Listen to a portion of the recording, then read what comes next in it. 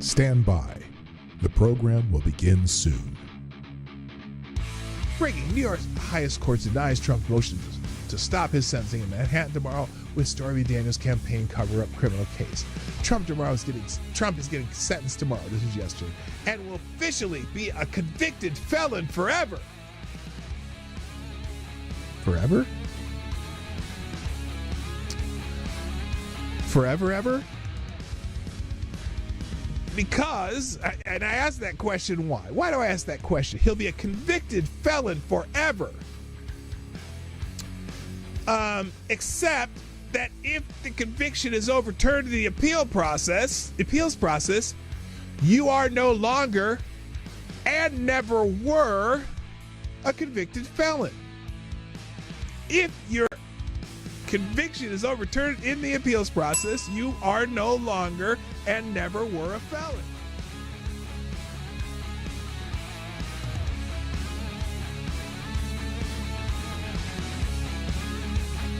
So, is there a labor shortage? Ultimately, the entire need for H-1B workers is predicated on a supposed domestic worker shortage. According to the Bureau of Labor Statistics, the current native-born American labor force participation is around 63%. Meanwhile, the foreign-born labor force participation is a stunning 68%.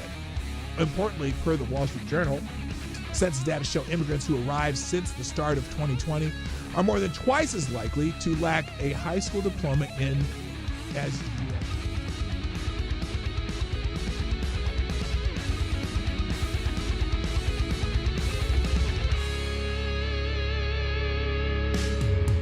months.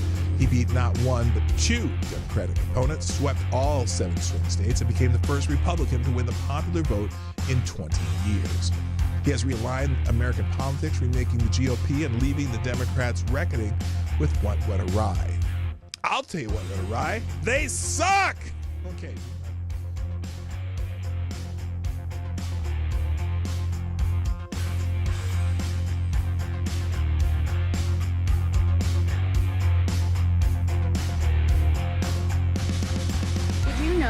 That since 1977, Congress has only passed the budget on time 4 times.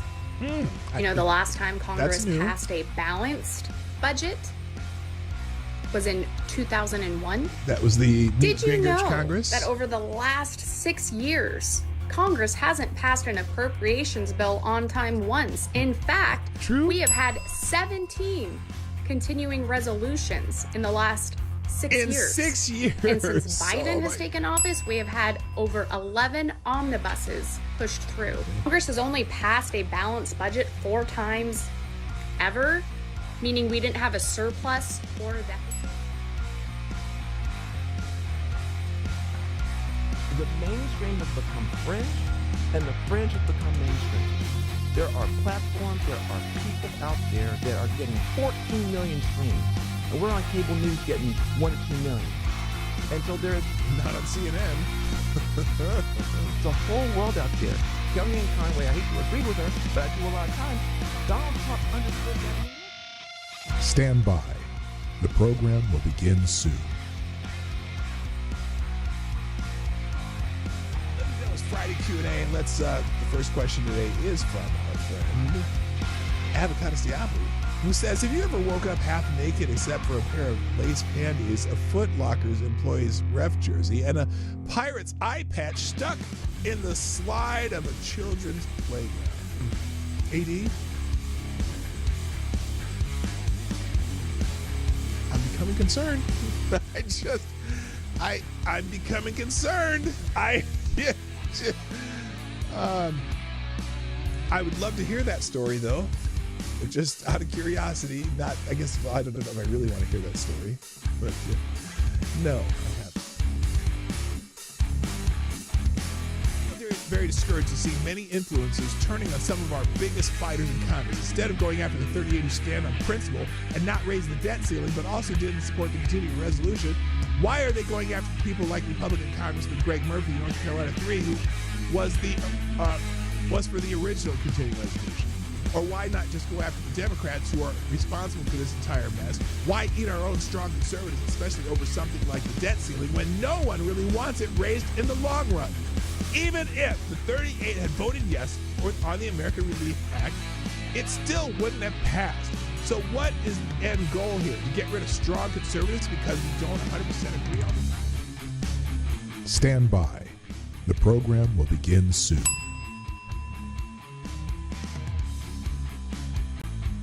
House report recommends FBI investigation into Liz Cheney of alleged witness tampering while on the J6 committee. So there's this seems to be blowing up in Liz Cheney's face as opposed to getting shot with birdshot by her dad.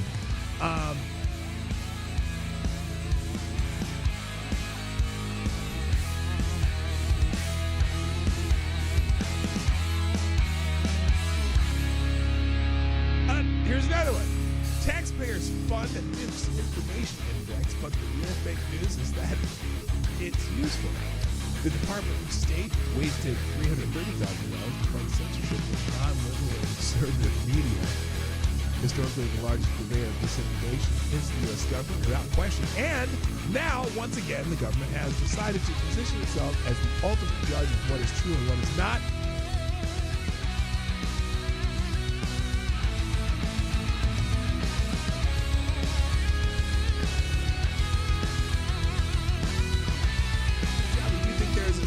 This an animal whose shit is actually super delicious. Oh my god. It would have to be some sort of seafood. Avocado Dalby, what would you consider to be the most disconcerting about one could see in the toilet after you got done going to the bathroom? Only things that come from inside you count. Well, I think a 14-foot tapeworm would be kind of disconcerting. You're like, what the heck? Oh, that was inside of me. Okay. Lord Stanham asks, which member of Congress would you like to catch leprosy? You can name as many as you'd like. Let me just start with Jamie Raskin. And Adam Schiff. That's enough. This is lighting up. Avocado Diaby says, why is it that Nancy Mace is the only woman in Congress that does not sound like one of the teachers from Peanuts to me when she speaks? Maybe it's because she's from the South, although her accent is not that pronounced. Somnambule Nation, is this the penultimate? Is this the last question? No, it's not. Lord Stanhope, will you have a Merry Christmas? Melancholy. We already explained that earlier. Select a boy who on The Simpsons has a plan that's good on paper but horrible in execution. Oh, obviously Homer.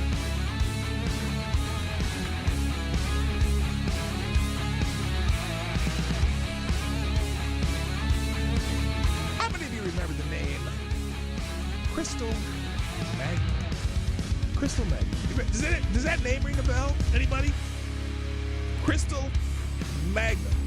Now, even if you don't know that name, you know.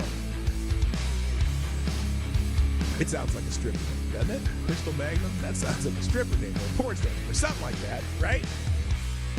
Well, here's an update in the story of Crystal Magnum. Congress members haven't even received the text yet. The deadline is Friday. This is utter insanity. That is... I don't know if that could be any less accurate or more accurate. I don't know.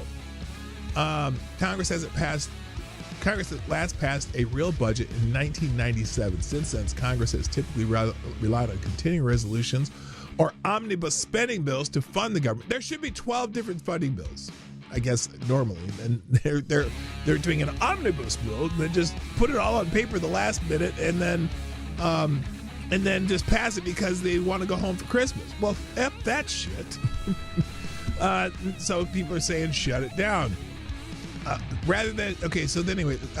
They've typically relied on continuing resolutions or omnibus spending bills to fund the government rather than completing the full budget process as intended by the 1974 Congressional Budget. I can imagine what can be and be unburdened by what has been. You know? What can be unburdened by what has been. What can be unburdened by what has been. What can be unburdened by what has been. What can be unburdened by what has been. What we can see, what we believe can be unburdened by what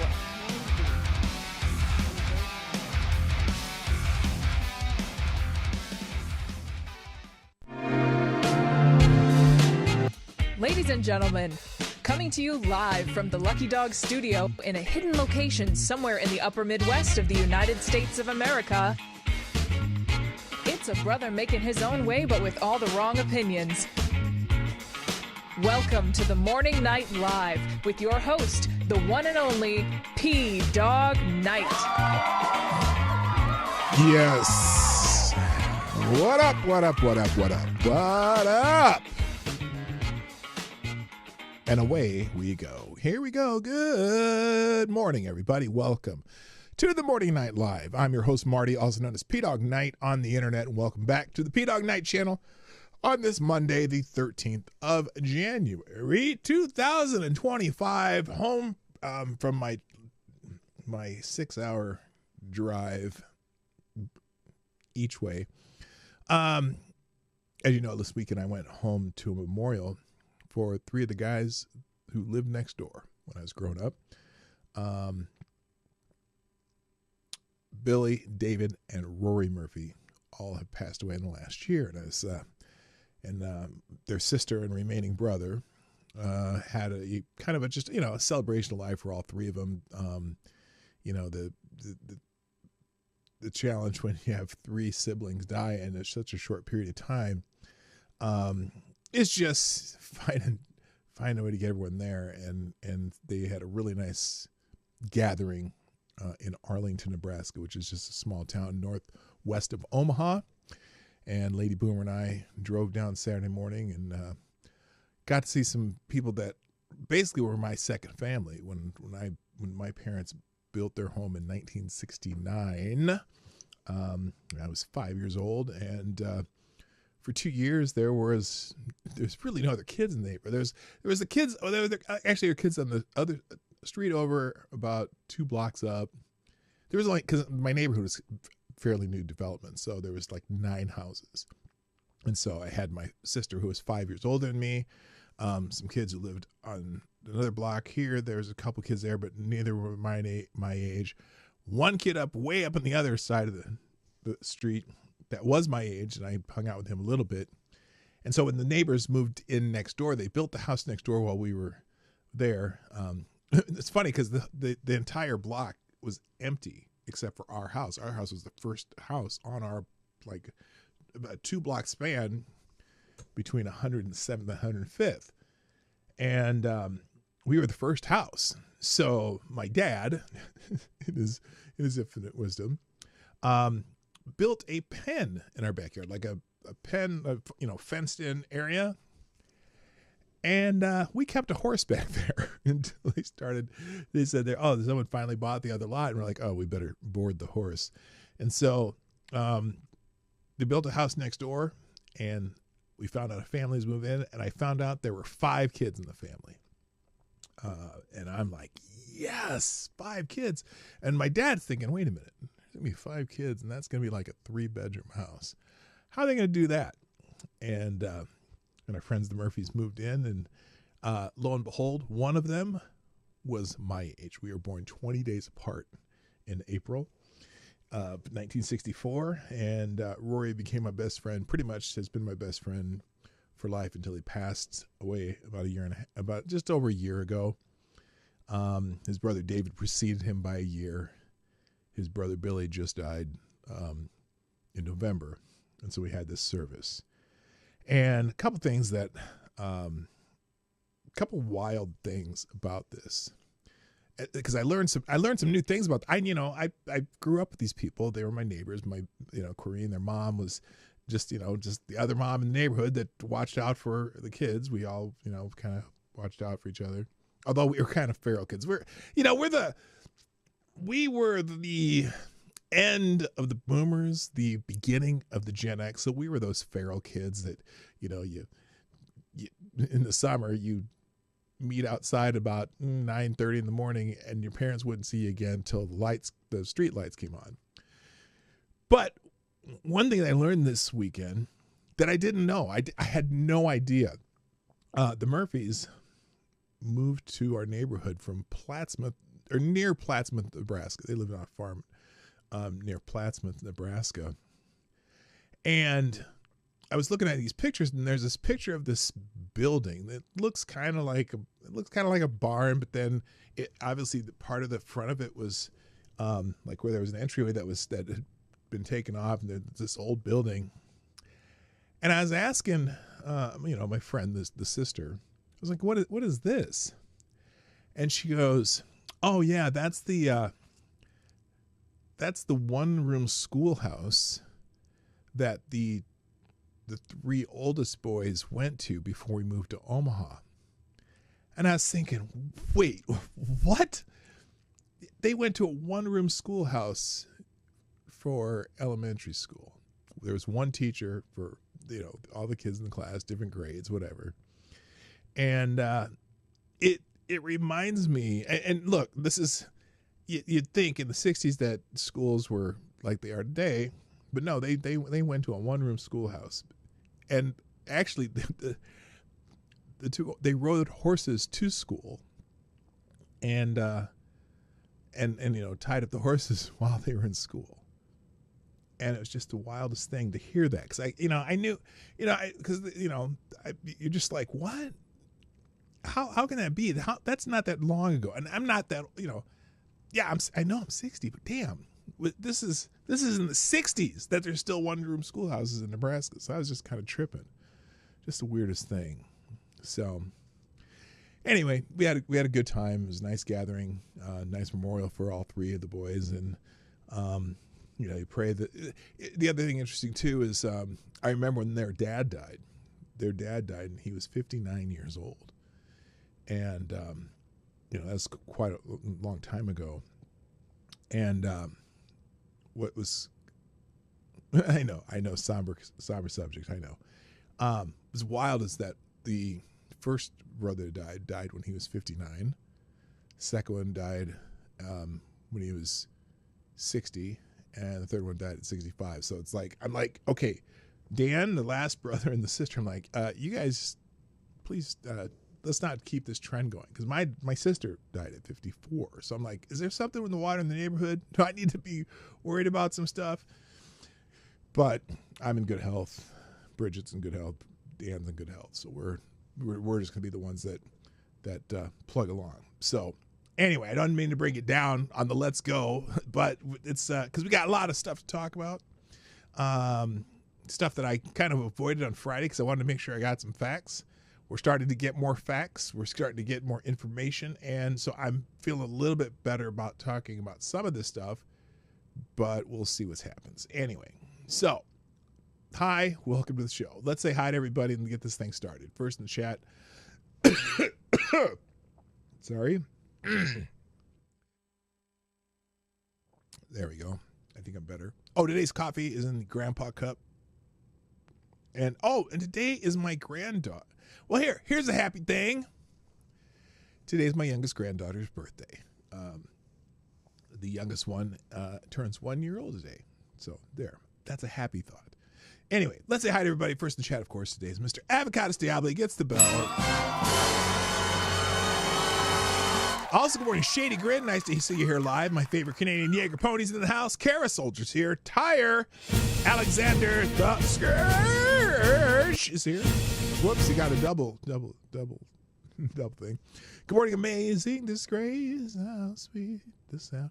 How about putting up the link so we can repost before the show starts? Give me time to find a good GIF. Oh, well, if you found this, wait, the link to what? To the show or the tweet? Oh, to the tweet. I don't put the tweet up until the show starts. Maybe I could do that because the tweet says has begun, and so that means I've already fired it up. I'll try to do that faster next time. Also, good morning, Boneheaded Dumbass, Somnambul Nation. JB's in the house. Willie is in the house, is here. Good morning. Midnight in Exile, nice to have you here bright and early. I can start the show. Good morning, Attack Alpaca. Hello, number one. Rick Ashbringer's here, and Hyman Lyman. Hey, it's been a long time since I've seen that name. So who else? Patio Furniture. I didn't say Patio Furniture. Hello, Patio Furniture. And Rick Ashbringer, and I think that's everybody. So 30 people in chat, in the house, 11 likes. Hit the like button and all that stuff. Let's us begin. Now, prior to getting into news, let's get to a couple things that are trending that are important or not important, whatever. Today, though, it might be one of the most important celebrations in our nation's short or long existence, whichever you prefer. Comparatively, it may be short, and to some it's very long. But today, ladies and gentlemen, is National Rubber Duck Day. Yes, we're at National Rubber Duck Day. And it's interesting because this thing here of the Muppet-looking character singing the Rubber Ducky song from Sesame Street, that's not Ernie. I'm not sure, but it's saying, Rubber Ducky, you're the one. You make bad time and lots of fun. And I don't know the rest of the song because they don't have the lyrics sitting there. But, the Rubber Duckies. Okay. Put a 1 in the chat if you know the Rubber Ducky song, or at least heard of it. You don't have to know it. But good morning, Andrew Thorson and Jethro Hederer, by the way. Yes, the United States Navy Institute decided to put something out here. Today is National Rubber Ducky Day. In 2014, the battleship USS Iowa encountered the world's largest rubber ducky at the port of Los Angeles during the Tall Ships Festival. The floating duck sculpture was created by Dutch artist Floden Schofman, something or other. I did not know that. That is hilarious. That is a giant rubber duck being towed by a tugboat. Oh, you can't even see the thing, can you? Here, let's put there you go. The world's largest rubber duck. Could you imagine? Now imagine. I have to laugh about this. Imagine if that thing were actually out in the sea, okay? And let's say you're on an Italian merchant ship or you're in a Chinese submarine, right? And you look through the binoculars or the periscope, whatever the hell you're looking at, and you see a giant rubber duck out in the middle of the ocean.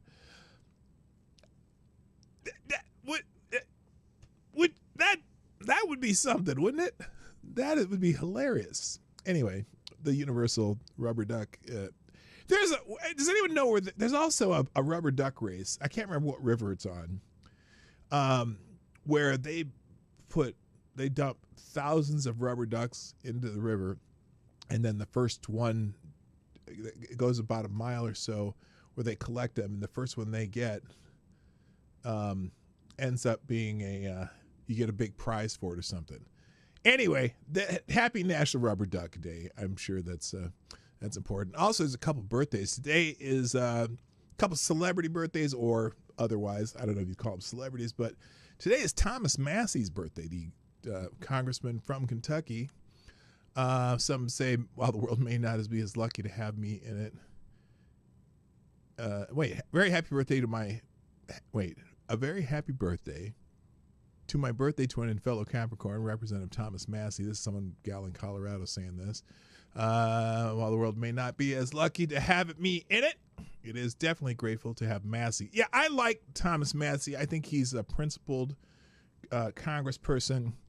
And even though people get on him for sometimes he doesn't go the way of the wave of things, I respect him because he does not waver on principle, and I appreciate that. Someone here's now, for example, someone here's mad. Here's someone's mad. Thomas Massey was in lone opposition to the CARES Act, which funded everything from mail-in voting to the most tyrannical COVID policies. On the day he calls out influencers for taking money under the table to tweet, every hack and grifter and nons included come for him. Yeah, so he's been ripping on some of the tweet people on the right who also, because a lot of them take money on too, and so a lot of them are coming after him, including, I believe, even Cat Turd, I think, was having some problems with Thomas Massey. By the way, he has also introduced a bill to audit the Federal Reserve. Oh, yes! Yes! More of that! That's what we should be doing, auditing the Federal Reserve. Hello, Mrs. Wild Wolf. What's up? So anyway, and these are let's primary Thomas Massey. No, we need to keep Thomas Massey front and center. He makes more sense than most of the others. Also, apparently, somebody has also presented a bill to abolish the IRS. HR 25, they also, Mass, I think, introduced the fair tax bill, which is also one that I think needs to be passed. So anyway, yeah, happy birthday, Thomas Massey. We love you. You're a good dude. Also, another celebrity birthday in retrospect, Kirstie Alley. It's also her birthday today. So a lot of people are putting out happy heavenly birthday to Kirstie Alley. She kind of became a political lightning rod because she was one of those rare celebrities that stayed to the right of the center line, and so she got a lot of hell for that. But I can't remember when she passed. She would have been 71 today. So there you go. All right, enough about celebrities. Sam Harris is in the news, or in the Twitter realm of people being talked about. I guess he was with Bill Maher and just kind of showing his TDS bona fides. So Rita Pahini, she's I think she's in Sky News Australia reporter, posted this about saying Sam Harris is so utterly broken by TDS that he's become an embarrassment even to fellow TDS sufferers like Bill Maher, who cringe here as Harris again makes a dick of himself. So here's the example here. She died. No, she died. No, she died a long time ago. Yeah, she's been dead for 5 or 6 years, some kind of cancer or something. So here's Sam Harris being his often, I was going to say often imitated, but no, he's just being his dickhead self. This just could be based on a faulty intuition about ballistics, but I'm surprised that a rifle round making any degree of contact with an ear wouldn't do more damage. I think a shot. Now, because this is one of those conspiracy theories. It didn't go through his ear. It just nicked his ear. Now, he was lucky, whatever. That didn't do any worse damage. But anyway. Shattered piece of shrapnel from a teleprompter is far more likely to have done that to his ear than a rifle round. That's so silly. Have you seen what rifle rounds do to human bodies? I know, but like, if it just hit it by the slightest possible degree, it just, it makes much more sense. The guy behind Well, no, but I do, no, there's no question there were rifle rounds flying. Someone was killed. I'm not debating that at all, but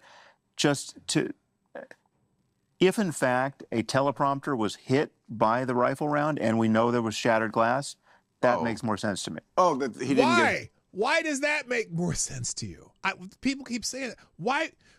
What would be the difference? Does it matter? Honestly, does it matter? The former president of the United States had several rounds shot at him. People around him were killed. He had an injury. The Secret Service took him to the ground. Whatever. It doesn't matter. What hit him? He was shot at. And except the teleprompters were whole after the shots. Yeah, that too.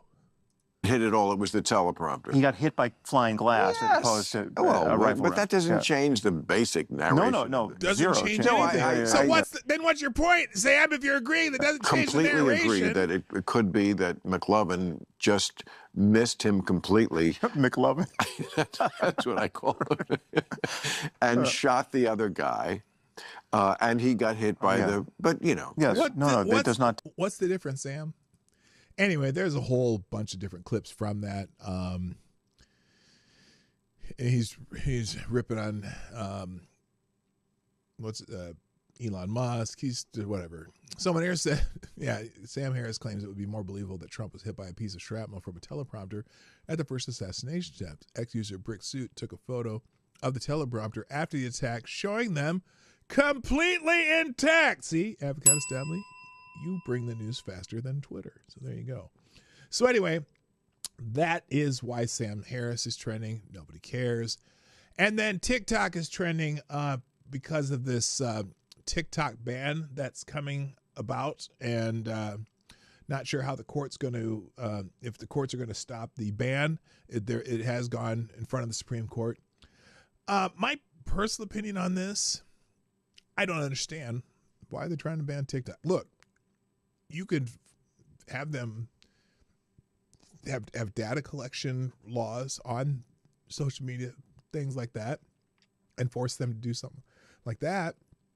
But I got a feeling that a bigger reason that they're thinking about banning TikTok is because they don't like the content that comes out of it, the dumbing down that comes out of it.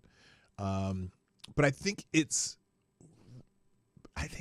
unconstitutional to ban TikTok for those reasons. And so I think they're doing a workaround. And I'm not a fan of TikTok. I'm not on TikTok. But it's interesting because TikTok affects politics in a lot of parts of the world. Hello, Kessler, by the way. And Anon, 1, 2, 3. So it's like, what's the point? Everything you see on TikTok, you see on Reels, you see on Instagram and Facebook, you see on YouTube Shorts. You see, I mean, most people are on one, are on all three, and put the same videos on all three. So what's the point? So anyway, but unfortunately, when you go into the topic of TikTok, there's 40 different posts by Libs of TikTok, which is a whole nother story, which is fine. I mean, she actually puts out a lot of good content. But if you go to her TikTok ban, this cartoon kind of, I saw this cartoon. I'm like, yeah, this sounds kind of right. So if you can't read it on your screen because you're on a phone or something, it's showing you, so up here it says TikTok ban Trojan horse, the legal authority to control, quote, misinformation, end quote, and user data across all social media apps, the government bringing that into the American people. I agree. I think this whole TikTok ban idea is silly. It's just a way. See, if they can ban TikTok, they also can try to control any social media. And I'm like, okay, you better have a damn good reason again, you could have algorithm experts go in and data experts go in and say, look, if you want to continue on to operate, you have make some rules on what kind of data you can take from users or how you can disseminate their data. But I can't figure out a good reason for the government to try to control TikTok. Now, parents, you should be controlling your kids' use of TikTok. You know what I'm saying? You should be knowing what your kids are doing if that's the problem. If it's hurting kids.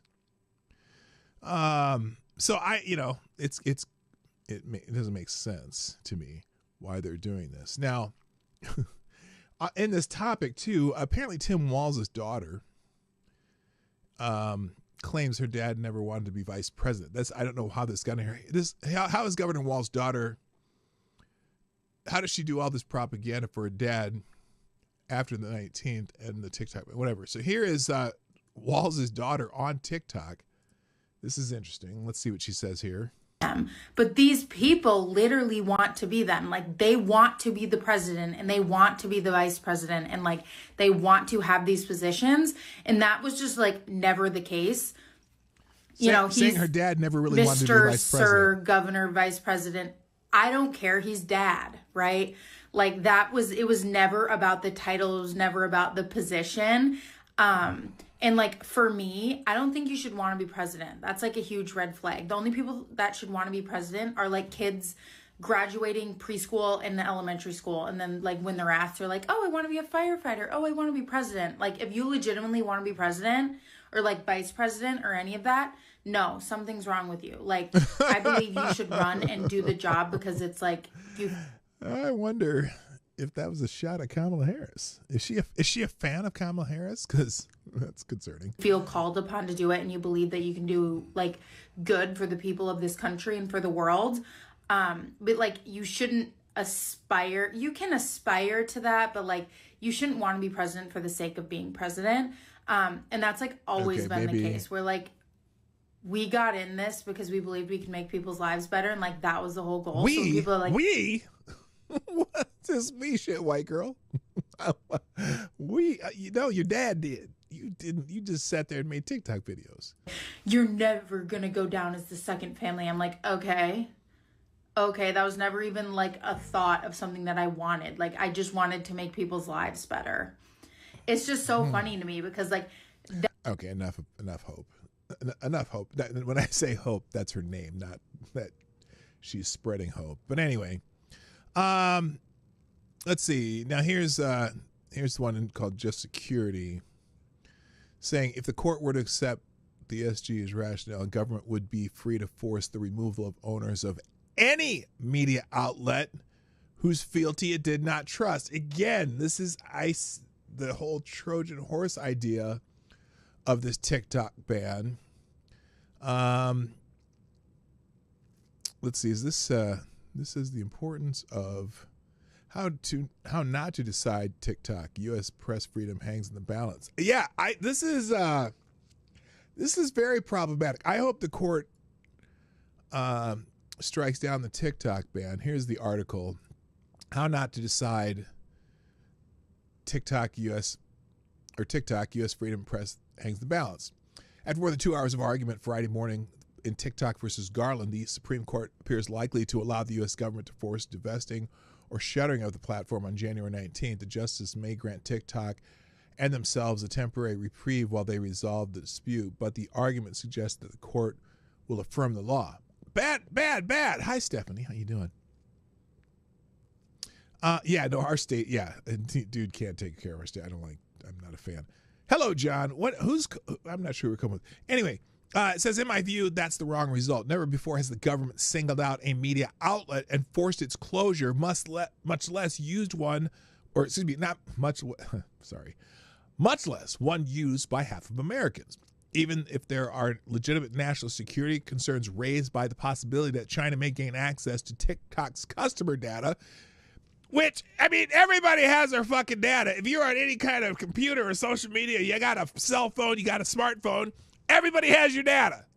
So what can China do with it that, Monsanto can't do with it, or, that the federal government can't do with it? I mean, please tell me why, unless they're going to target specific ads that, the Democrats can use, because they're kind of tight with the Chinese.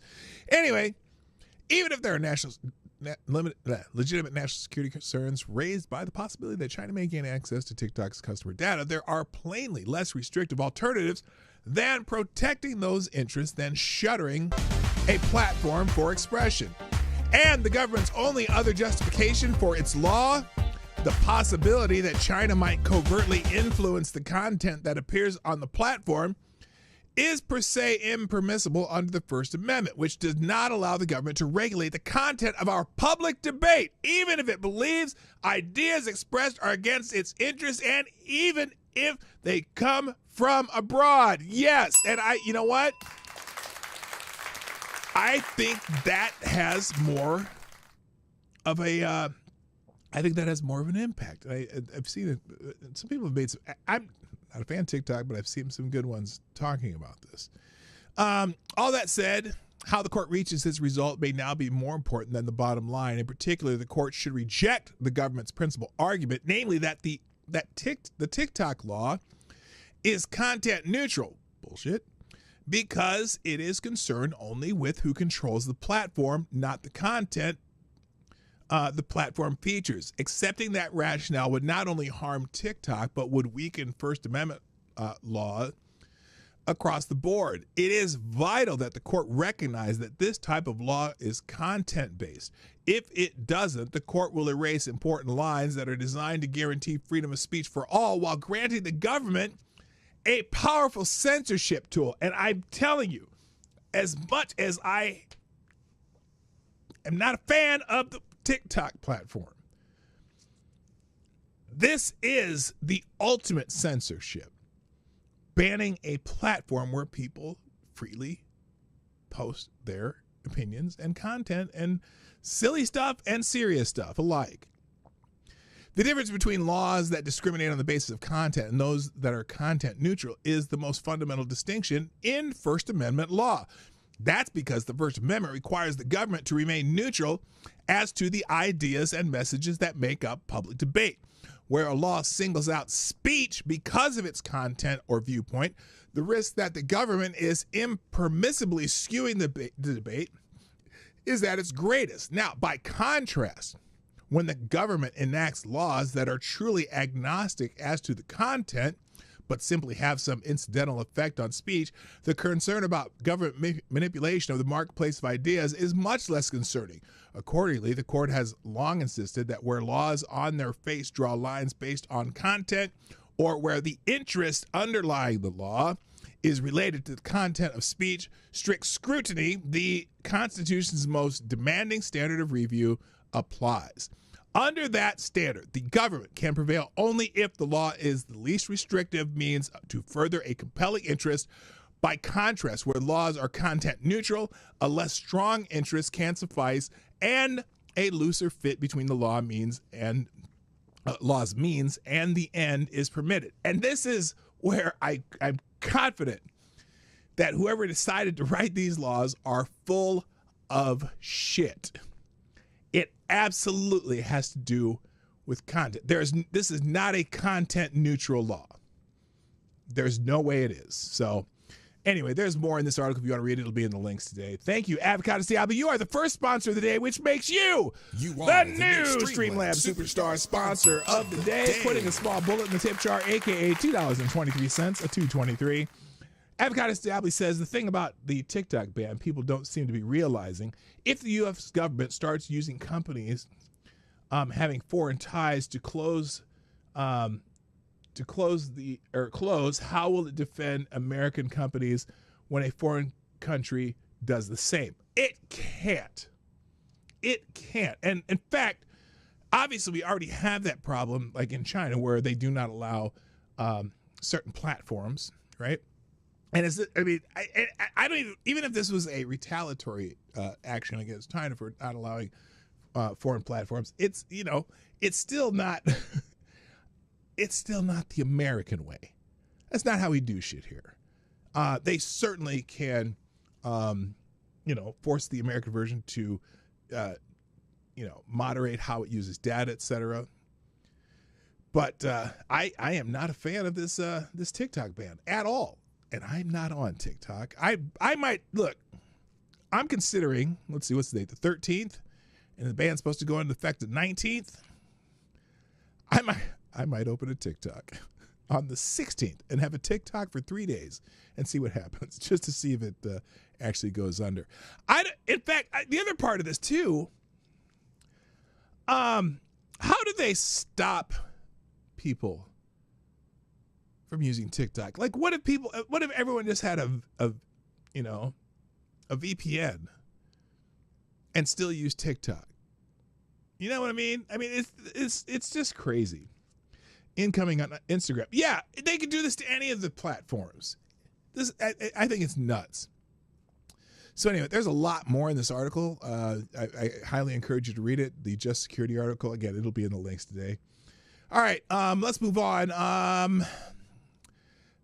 Let's just get right into the main topic because of my limited time today.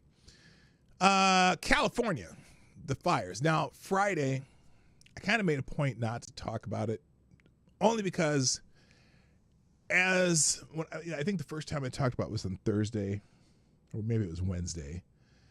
But there's a lot of information flying around, a lot of blame. Everyone's looking for someone to blame. And of course, that's not unusual when you have a disaster such as this, especially one that very well could have some man-made elements, as we find that there's people out there setting fires, that there's certainly man-made elements as far as the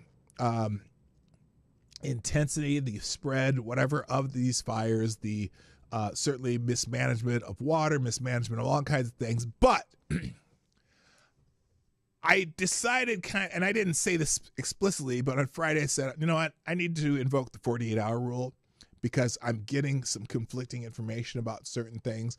For example, let's talk about the fire department budget in the city of Los Angeles, where people are saying, yes, they reduced the fire department budget by $17 million, and then someone else, all the liberals like, no, you can't say that. They've increased the budget by $50 million, and this more than $100 million, and this and that, blah, blah, blah. They're doing a great job. You can't blame a black woman for fires and this and that, and you can't blame the DEI. I'm sick of the fucking blaming everything on fucking DEI people. And not that I don't understand the penchant for doing it. I'm not a fan of it, but you can't blame everything on DEI. And as I've been listening to some interviews, by the way, to the Los Angeles fire chief, the one who's going to try to have more people like her, more, LGBTQI and blah, blah, blah, and people of color, blah, blah, blah, in the fire department. But as I'm listening to interviews of her over the weekend, I'm like, this is a woman who's been in the fire department ranks for over 20 years. I learned a little more about her. And not that she would not, that the fact that she was a female and a lesbian did help her move up the ranks, but she also sounded very competent in interviews, more competent than perhaps the mayor, Karen Bass, or the governor, Mr. Gavin Newsom. Although Gavin Newsom can talk his ass off, he's like slicker than Slick Willie. Let's just put it that way. But let's go to just that one topic of the budget, because there are a lot of liberals out there saying that is a lie. They did not reduce the fire department's budget by $17 million. And even if they did, that little measly $17 million on an $800 million budget doesn't mean anything. But they didn't. That's a lie that they reduced the budget. They raised the budget by $50 million. Well, over the weekend, I decided to check the facts, because I thought, I'm not going to say that if it's not true. I don't want to be having to do a mea culpa if that wasn't true. And so then I saw a couple videos. In fact, one of them was this is a TikTok video. I don't even know if this is a TikTok video, but this guy first. Let's do this guy first, right here.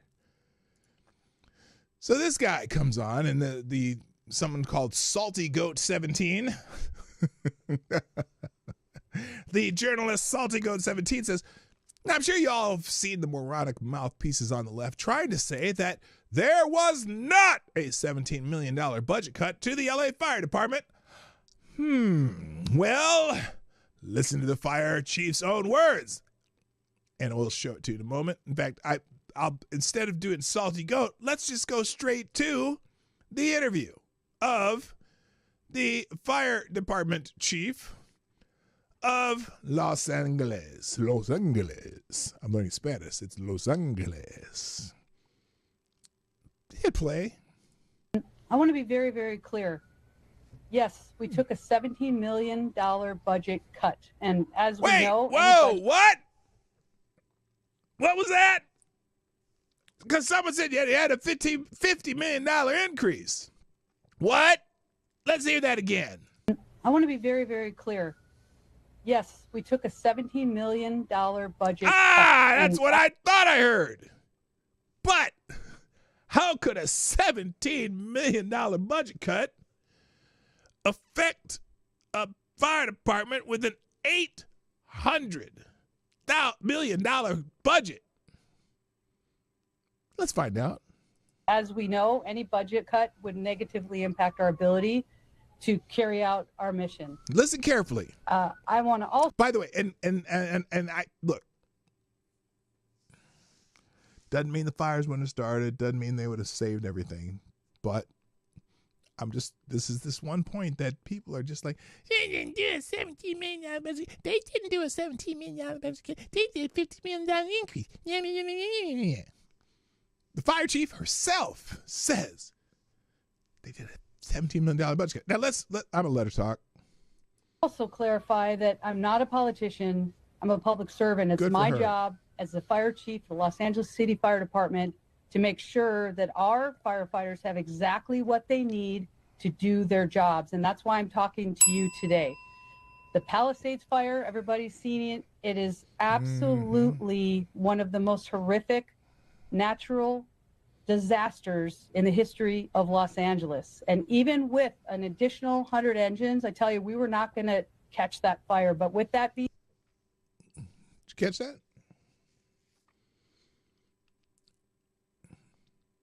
Even with an the additional 100 engines, listen carefully. Hello, Resolute Jeremy. By the way, yeah, she said, let me be clear. But no, as you listen to this, she sounds very competent and very factual and very much like a leader.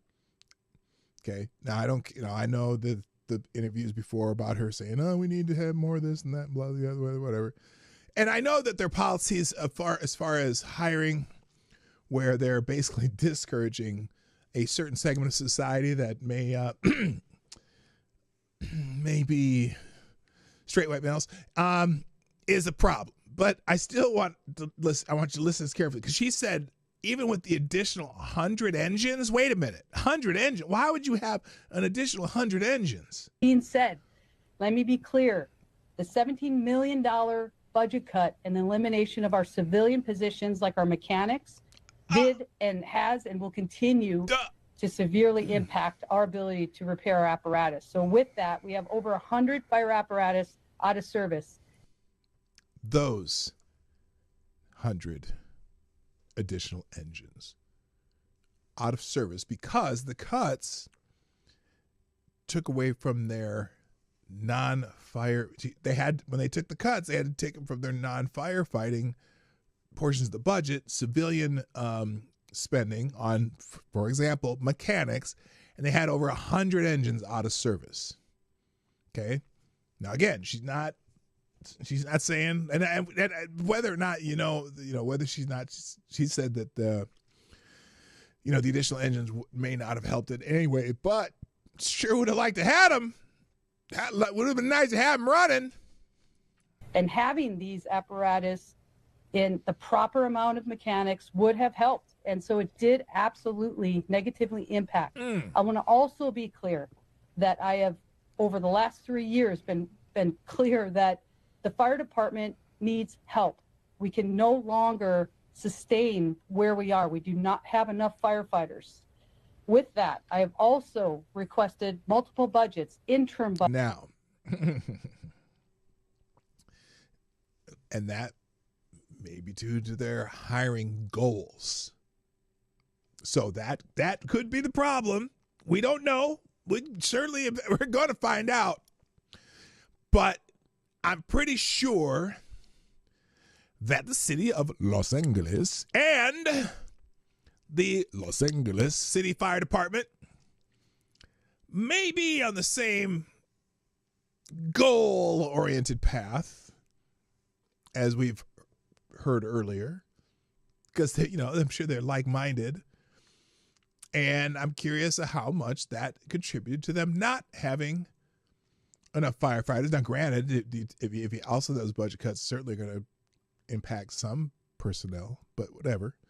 Budgets to show how understaffed, under-resourced, and underfunded the LEFD is. So with that, also we have clear data that shows the LEFD needs more help. We need 62 more fire stations. These reports also show that we've had a 55% increase in overall call volume since 2010. And guess what? We're doing it with less firefighters. I was also directed to develop a plan as part of a budget reduction exercise, and that could equate to $48.8 million. And I rang the bell that these additional cuts could be very, very devastating for our ability to provide public safety. That would have resulted to 15 fire stations closing down and potentially the elimination of over 300 firefighters.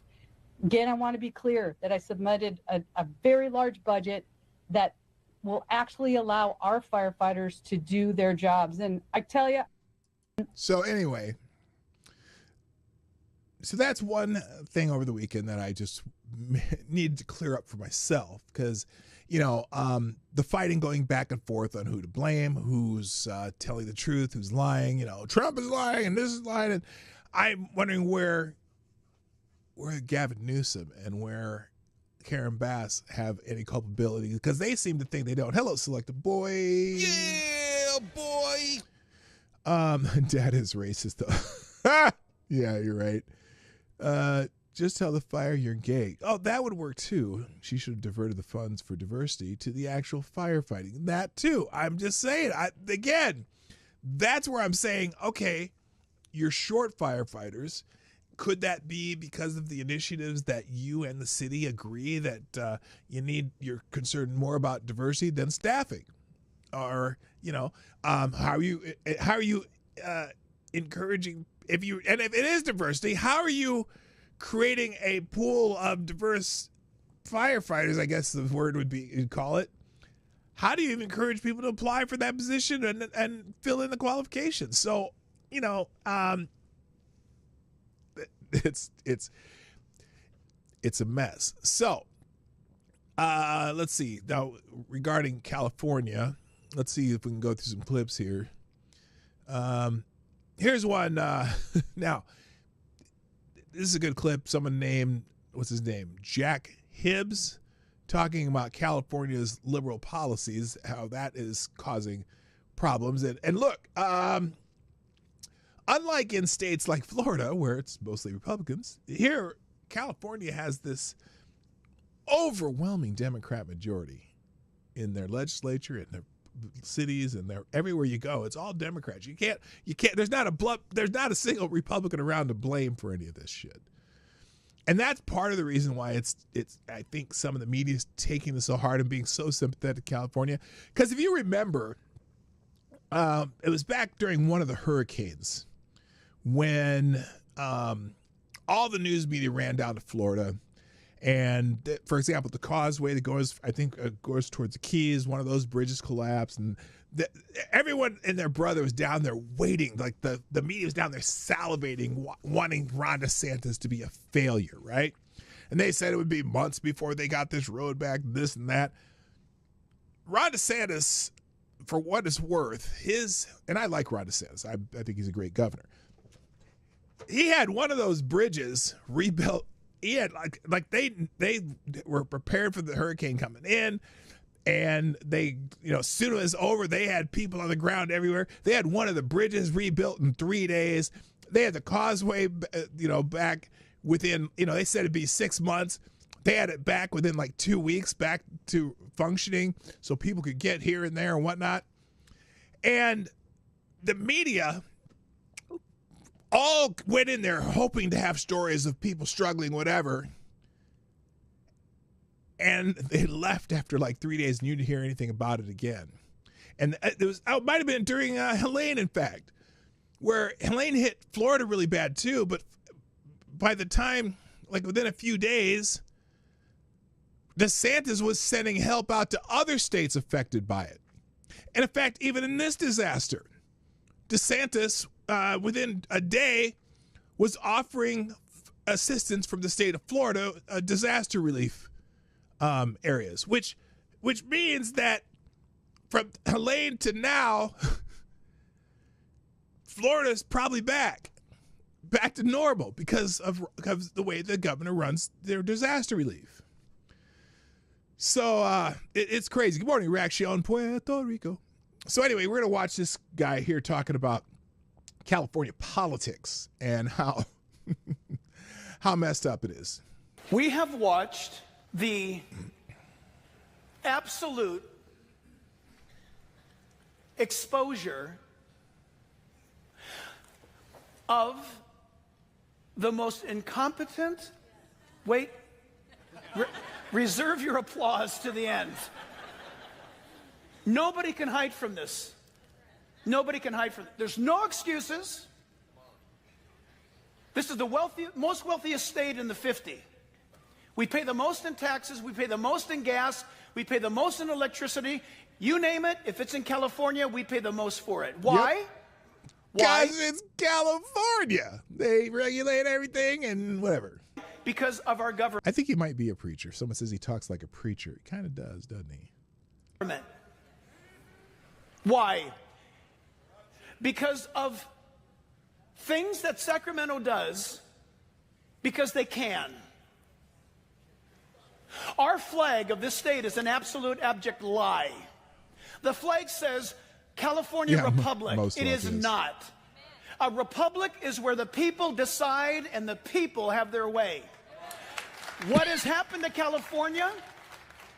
And you prove me wrong. I challenge you today if you don't like what I'm about to say. California has been under unmitigated Democrat 100% power control. Democrat. Supermajority. What does that mean, supermajority? It means nobody can oppose their decision making. And now you've got it. You've got a situation where a catastrophe came and the billions of dollars that you and I gave was diverted to other woke, stupid shit. Oh, he can't say shit in the church. Projects. That's not hyperbole. It is a fact. You don't like it, change your party. If you don't like it, change different. But I'm telling you right now, I'm upset and I'm angry, and it's the right kind of anger. Now, I'm gonna stop there. You get the idea, right? Because California is completely under Democratic control. And now the only problem, I guess, maybe, it's just maybe, that I have is well, not the only problem. Here's something that happened just recently. So the California legislature called a special session. I think it was on Thursday or Friday. They called a special session. And what exactly do you think that special session was for? Do you think, like what do you think some of the things they talked about during the special session? Was it disaster relief, fire relief? Making sure they, maybe revise some of their forest management policies and their water management policies and all that kind of stuff. Yeah, you would, big disaster going on. You think that would be the number one topic, because they were getting together to talk about stuff. Yeah, no. That's not what they got. That's not why they had a special session starting last week. They had a special session last week so they can figure out how they can oppose some of the things that the new Trump administration might be doing when on January 20th, when they hit the ground running. The California legislature was trying to figure out how they're going to allocate money and funds and resources and create laws and whatever to roadblock the terrible thing the Great Orange Devil is going to be doing. In fact, I've been watching some of the reporting on that special session. The fires are not being talked about at all. At least the first couple days of it. Now I haven't, as far as I've heard, they literally have a special session to oppose Donald John Trump.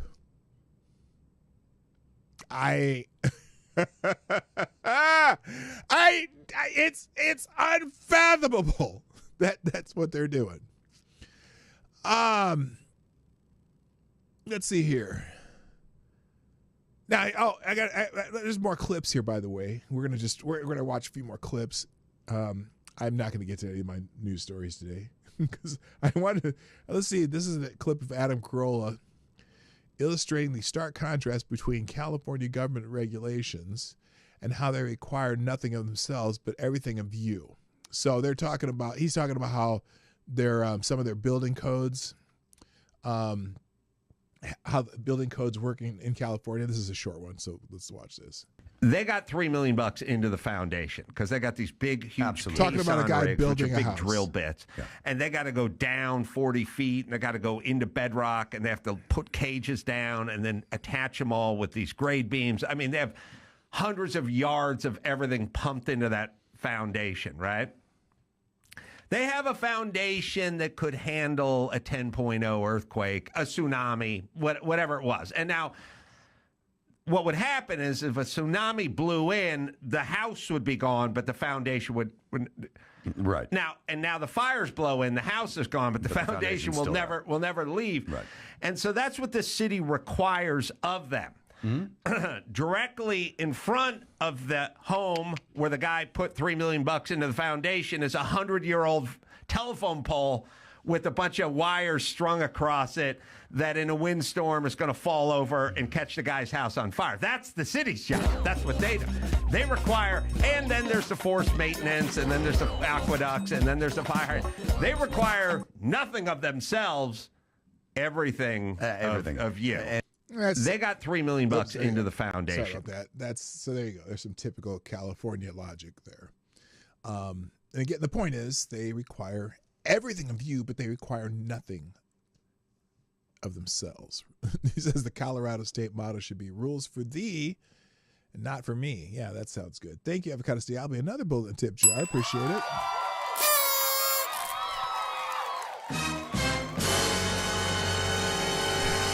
'80 says special ed, Special Olympics, special session. How are you missing the pattern? Oh, yeah. There you go. Thank you, Avocado Siabe. All right. So we already talked to that pastor. By the way, breaking. Oh, Adam Schiff. Now, I'm just going to go down the California list here. Apparently, breaking. California Senator Adam Schiff gets fact-checked by Community Notes for lying about the water reservoirs being full. Yeah, there was an absolute empty reservoir in one place here. So there's the pencil-necked one himself. Let's see what this is. Senator Schiff is incorrect. Pacific Palisades is served by the Santa Ynez Reservoir, which holds 117 million gallons of water. It was empty for maintenance at the time the fires broke out. The governor has ordered an investigation. Yeah, the other part, too, is the governor, Gavin Newsom, has ordered an investigation into what went wrong. So apparently he's going to be out there. He's going to be out there finding other people that he can fire and blame, whatever. And also, the other thing the governor's doing, this is interesting. This is from Libs TikTok. Gavin Newsom is directing people to donate to the fire victims, then links to Act Blue. He's using the devastating fires to raise money for Democrats. So here is Gavin Newsom saying a lot of misinformation out there. Yeah, a lot by you too. Just launched a new site to ensure the public has access to fact-based data around the Southern California wildfires. Truth. California did not cut our firefighting budget. We have nearly doubled the size of our firefighting army and built the world's largest aerial firefighting fleet. Well, yeah, but over what time period, sir? California has increased forest management tenfold since we took office. California will not allow looting. So apparently they put a link to CaliforniaFireFacts.com. And then you go to CaliforniaFireFacts.com, contribute to the California Fire Foundation, make a contribution to the California Fire Foundation. It is a tax-deductible donation, and the money will go directly to supporting firefighters and the communities they serve, including direct financial support to impacted residents. I'm curious. So is that actually going to Act Blue, which is a Democratic fundraising arm? Here's something else. This should frighten you. Gavin Newsom said this regarding his Marshall Plan. We're already a team reimagining LA 2.0. Is this another thing where they're going to try to change the area into a smart city kind of thing? Let's listen to this real quick. Over the course of the next several years, Los Angeles will be host to the World Cup. Now look, and this is they're right in front of fire damaged place, which could you imagine you're watching NBC News or whatever the local NBC station is, and there you see an interview being done with Gavin Newsom, and you're in a hotel or you're huddled with some people who are kind enough to let you stay with them and people taking care of people. And you look on the TV and there's an interview of Gavin Newsom, and you look at that thing back there and you go, oh, that was my house. Why? What the fuck are they doing in front of my house? Get off my lawn. Anyway, here you go. And then the Super Bowl, and then the Olympics. With this rebuilding effort needing to take place, is LA going to be ready for all of those global events? My humble position, and it's not just being naively optimistic, that only reinforces. Now it looks like they're in front of a green screen. What is going on here? This is the imperative moving quickly, doing in the spirit of collaboration and cooperation. President of the United States, Donald Trump, to his credit, was helpful in getting the Olympics to the United States of America, to get it down here in LA. We thank him for that. This is an opportunity for him to shine, for this country to shine, for California and this community to shine. The opportunity with all of that and all that opportunity and that pride and spirit that comes from not just hosting those three iconic games and venues, but also the opportunity, I think, to rebuild at the same time. And that's why we're already organizing a Marshall Plan. We already have a team of looking and reimagining LA 2.0. We're making sure. Reimagining LA 2.0. So what are you going to do? You're going to take all those people's land where their houses are burned down? What are you going to do? How you do that? How are you going to do that? It may be a green screen. I don't see. Yeah, it's weird. Are they just using cinematic cameras, which may be too? Everyone's included, not just the folks on the coast, people here that were ravaged by this disaster. You just said you're organizing a Marshall Plan for the rebuilding of California. What is that Marshall Plan? Tell us about this Marshall Plan. We're just starting to lay out. I mean, we're still fighting these fires. So we're already talking to city leaders. We're already talking to civic leaders. Are you just going to take people's land, though? Are you going to buy all their land? Are you going to Bill Gates come in and buy the land? What, Oprah and Bill Gates and all those assholes to come in and buy the land? What do you mean?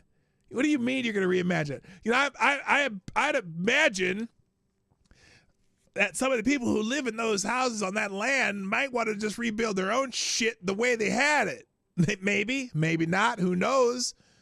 But are they going to have a choice? Coach? I don't know why I called him Coach. He's not Tim Walz, but whatever. Already talking to business leaders and nonprofits. We're talking to labor leaders. We're starting to organize how we can put together a collection of individuals on philanthropy for recovery, how we can organize the region, how we can make sure how you can organize that we are seeking federal assistance for the Olympics more broadly, but also federal assistance for the recovery efforts, and how we can galvanize the community with folks that love this community to really develop a mindset so that at scale we're dealing with the scope of this tragedy. Good question. And how are they going to do it without fire insurance? With efficiency like the executive order I talked about, time value of delivering projects, addressing building codes, addressing and the other part is building codes. They are such a hamper to rebuilding. You know, they're gonna have to. They make it triple expensive to build anything in California with the way they do their building codes too. So that's a mess. Let's see. Do you say anything else?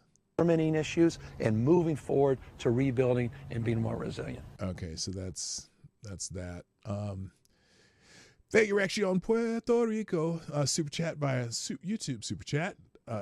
Dropping a deuce in the tip jar, saying, I feel the need to shower after listening to him. Oh, I know. It's like, oh, you get that. You feel like you've been on Nickelodeon too long and the green slime fell from the ceiling. You know, I just every time. So now someone says, can Elizabeth Warren and Gavin Newsom be prosecuted for misleading disaster relief donors? Yeah, let's see. Is this the Gavin Newsom? Okay, that's the misinformation one. This looks like the same clothes. Okay, Elizabeth Warren, to help support the communities around LA being devastated by wildfires, can you split a donation between the Los Angeles Fire Department Foundation and the United Way of Greater Los Angeles? 100% of your donation will go directly to these organizations, and they're doing it through Act Blue. I'm sorry.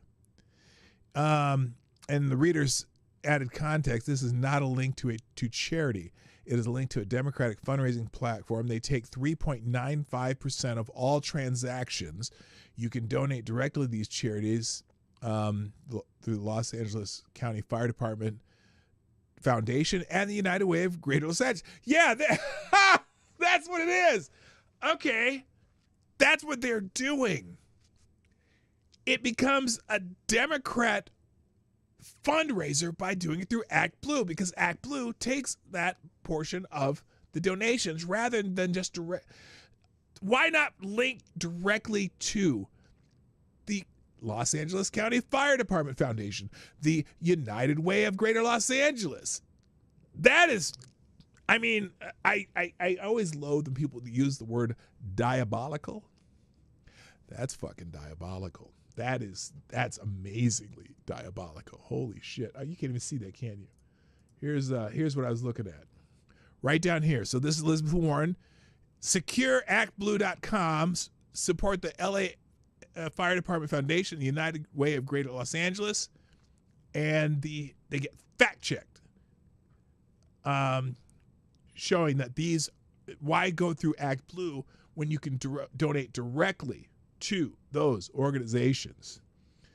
So, holy shit, that's terrible. Wow. Terrible, as Charles Barkley would say. So, here's one of my favorite guys. I can't remember his name, but he's one of these, and this is probably why they really want to shut down TikTok. Here's the dude talking about that very subject. If I can get the damn thing to play. Here we go. Does anyone else think it's a little strange that Gavin Newsom is running an anti-disinformation campaign from his political account? Of course. Because just the other day, he launched an effort to try to stamp out misinformation. But wouldn't you think that if the governor's office is worried about misinformation and making it difficult for them to get resources to the right place, that they would use a state agency to do that? Because what's really weird is when you click that CaliforniaFireFacts.com, it doesn't take you to a government website. No, it takes you to Governor Newsom's political page. You know, the one where he's starting to build momentum for a presidential run. Yeah, that's not a state-run website. That's a campaign website. And what's really weird is he's also running a fundraising campaign out of his political page to help raise money for the fires through Campaign for Democracy. Oh, but look, all the way up here, secured by Act Blue. So Gavin Newsom is running a fundraising campaign out of Act Blue from his political page. Oh, sure enough, because when you click the link there, it takes you to an Act Blue donation site. So the governor of California is really worried about misinformation. So instead of fighting it through the official channels in the state of California, he's using his political page. And he's raising money to fight the wildfire through his political page, through Act Blue. Oh, it's starting to make sense now, because if you read the little disclosures right here in the Act Blue donation page, it talks about when you provide your information, they collect it. So it is by providing your cell phone number, you consent to receive periodic campaign updates through automated text messages from Gavin Newsom's Campaign for Democracy. And then the details there. And it's Act Blue. Act Blue. I mean, that's a Democratic fundraising platform. And you may very well get some text messages and communications from the political page. I'm so tempted to donate through that, just like a $5 donation, just to see what kind of text messages you get from them. That might, I might have to do that. We'll have to. I'd loathe to give them a penny, but Of Gavin Newsom. And by the way, let's not forget who Act Blue is. Act Blue is the donation apparatus that the Democrat Party has been using that continues to find themselves in hot water. There's at least one notable class action lawsuit filed against them in the state of Wisconsin already. The House Administration Committee is investigating them. Multiple states, including Texas, Virginia, Arkansas, Florida, Missouri, Wyoming, and Iowa, among others, are investigating Act Blue for fraud. And yet, and that's because they, you see all the donors that donate through them, and they're finding people's names with multiple dozens of donations, and then they go and interview those people, and they like, I didn't donate that much. They're donating thousands of dollars, and they go to some old lady, on Social Security, and like, well, I may have given a $5 donation once, but I certainly didn't donate $2,600 over multiple donations. They're money laundering. Okay.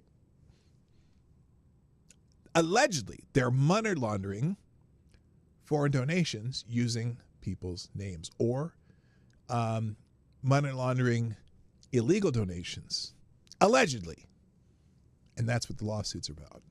Gavin Newsom is using Act Blue to raise money for fires so that they can collect your personal information, because it says right there that you're going to receive periodic campaign updates through the automated text messages from Gavin Newsom's campaign for democracy. Thank you. Are they using the wildfires to try to build a contact list for a future presidential run? Sounds like it. Sounds like it. Sure sounds like it. So there you go. Anyway. So I did have a bunch of articles open. Leaked memo. LA mayor forced huge budget cut on fire department just days before the fire outbreak. Los Angeles Fire Department disclosed it was struggling to implement a massive $48.8 million budget cut forced on it by the city's Democratic Mayor Karen Bass just days before the catastrophic wildfire broke out this week. A leaked January 6th department memo says the LA Fire Department believed a worst-case budget scenario, meaning no relief from the mayor, will result in the closure of up to 16 fire stations where they're already down 30. On January 8th, several major wildfires broke out. So that was on January 6th. The fires broke out January 8th. Now, that would have been a future, obviously, but still. Leaked memo. Here it is. It's on, again, Libs of TikTok doing her thing. Here it is. Department updates. Let's look at the picture. The LA Fire Department still going through fiscal year 24-25, $48.8 million budget reduction exercise with the CAO. The Fire Chief Board of Fire Commissioners, COA, and UFLAC are steadfast in their message of defending what resources we currently have in place. The only way to provide a cost savings would be to close as many as 16 fire stations, not resources, fire stations. This equates to at least one fire station per city council district. The details of this plan have not yet been developed. So this is, oh boy, it ain't looking good. But hey, I'm sure their inclusivity seminars that they probably spent $20 million on are doing a great job out there. So there you go. In Breitbart, let's see, California reports illegal migrant arrested. Oh yeah, they did. Now, I don't know. This is one I'm not sure about because they're claiming that an illegal migrant arrested amid arson fears. Reported illegal immigrant was arrested by police after California residents feared he would use a blowtorch to start wildfires in Los Angeles. The man's illegal status was reported by Bill Milligan at Fox News late on January 12th. Per ICE sources, the man seen in a viral video being subdued by residents and arrested by police with a blowtorch near the Kenneth Fire in West Hills is an illegal alien from Mexico named Juan Manuel Sierra Leia. He is in custody on a probation violation and has not been charged with arson. So that's interesting, and apparently an update to that is, turns out they refused to charge alleged arsonists igniting wildfires with arson. Well, do they even know for sure that this guy did it? But let's see here. Turns out that the climate change causing California wildfires includes a crazed bum who was caught allegedly using a blowtorch to ignite them. Resident of Woodland Hills apprehended the suspect, who they saw riding around on a bicycle on Thursday, setting several Christmas trees and garbage cans ablaze, reports the New York Post. It just so happened to be at the same time California's Kenneth Fire began, according to locals. It was like, I can't stop.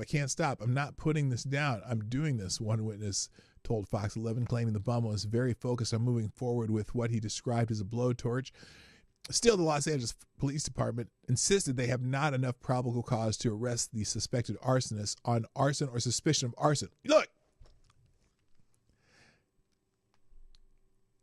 that may be true, that they don't have enough evidence.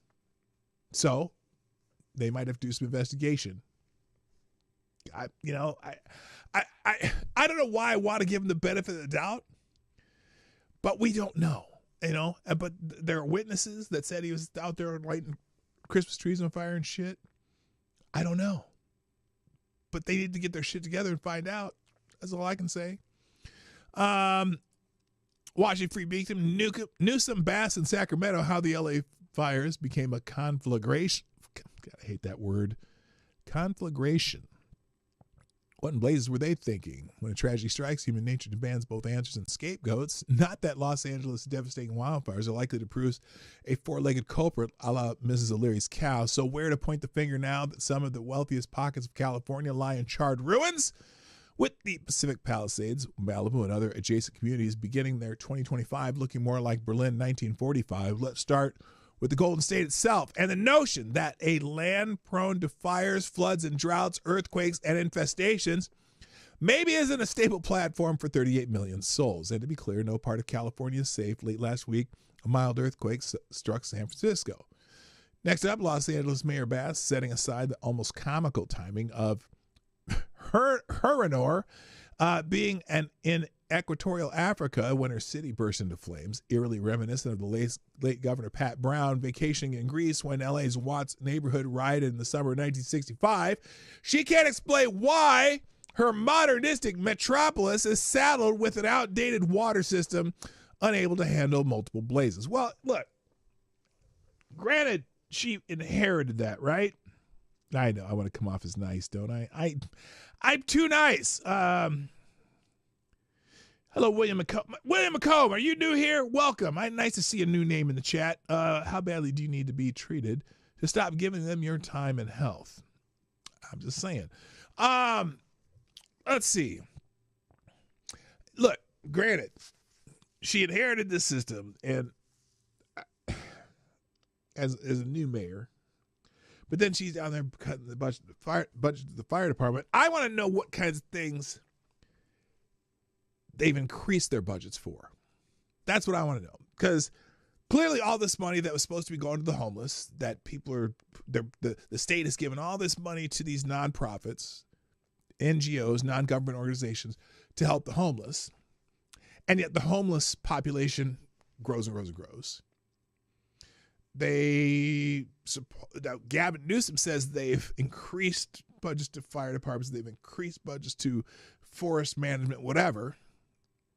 But then you have State Farm saying, hey, the reason we're dropping policies in this area is because they're not doing the brush management in this area. That specific area, the brush management was not, they stopped doing it. They suspended it.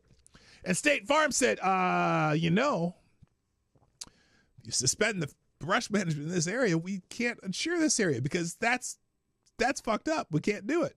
So it's a government problem as much as anything. Now, granted, and people are saying, okay, I've had some people on X, app formerly known as Twitter, posting things, posting like raging fire, raging winds, or whatever, and goes, hey, maggots, what would you have done? What would you do to stop this fire? First of all, I'm not. Well, first, maybe some prevention would have been a good start. Maybe having the, focusing your resources on things that actually matter to people might start. Maybe keeping that one reservoir that was the specific reservoir that was for the Pacific Palisades area that holds 117 million gallons of water. Maybe having that online during the fire season, the Santa Ana wind season. Maybe continuing the brush management that the reason one of your major insurers dropped out of the state for. There's a whole bunch of shit that you could have done. Why not? So, all right, I gotta call this a day, but hang on. I got all kinds of articles regarding the fire, and again, I'm trying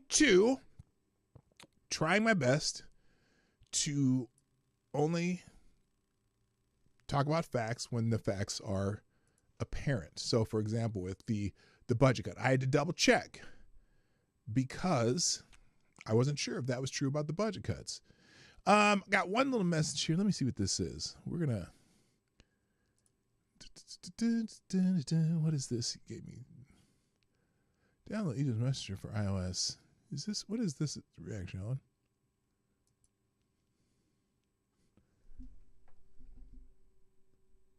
Oh, we'll check that tomorrow. I got you. I got it here. Here's a link to your English dub subtitles. Well, let's see what this is. Okay, we're gonna end with this. Thank you, Reaction Puerto Rico, for your contribution to the show. This is an English dub of whatever is going on here. How long is this? 24 seconds. Okay, we're gonna see what this is. This is just for fun. Oh, that's weird. Why did it do that? Okay, let's try it. Just as in the North they have a colonization agenda, we have a liberation agenda. And the agenda was written for us by Simon Bolivar. The freedom of Puerto Rico is pending, and we will achieve it. Breno. With the troops of Brazil and Abreu de Lima go to the front. Abreu de Lima Battalion to liberate Puerto Rico. What do you think? Liberated from who? Okay? Carlos, we're gonna have to talk offline. I might talk to you this afternoon because I want to hear what that's about. All right, that's what we're gonna finish with. Welcome, John Jacob Jingleheimer Schmidt. His name is my name too. Whenever we go out, the people always shout, "John Jacob Jingleheimer Schmidt." Well, welcome, John Jacob Jingleheimer fucking Schmidt. All right, that's it, guys. There's a whole bunch of links today that I just am not getting to, mostly about the fire stuff, but the other stuff too. Plus, I put the aggregator in the chat. So there you go. Puerto Rico wants its independence. Yeah, I'm confused. So, Carlos and I'll have a chat this afternoon, and we'll go from there. But anyway, so ladies and gentlemen, I'm going to put these links in the chat. Let me get rid of this. For now, I'm going to get rid of that. Get rid of that. And everything we talked about and some things we didn't are in the chat. Here are today's links with some faulty capitalization. There you go. That's it, though. We'll be back tomorrow, hopefully with some fact-based facts and maybe some hyperbole and some bullshit, too. So anyway, thanks for joining me today on the Morning Night Live. I'm here at the same time, same channel, Monday through Friday. We'll see you all tomorrow. Thank you. My name is P-Dog Knight, and I am out of here. Bye-bye. Hey, this is P-Dog Knight, and thanks for watching today on the P-Dog Knight channel.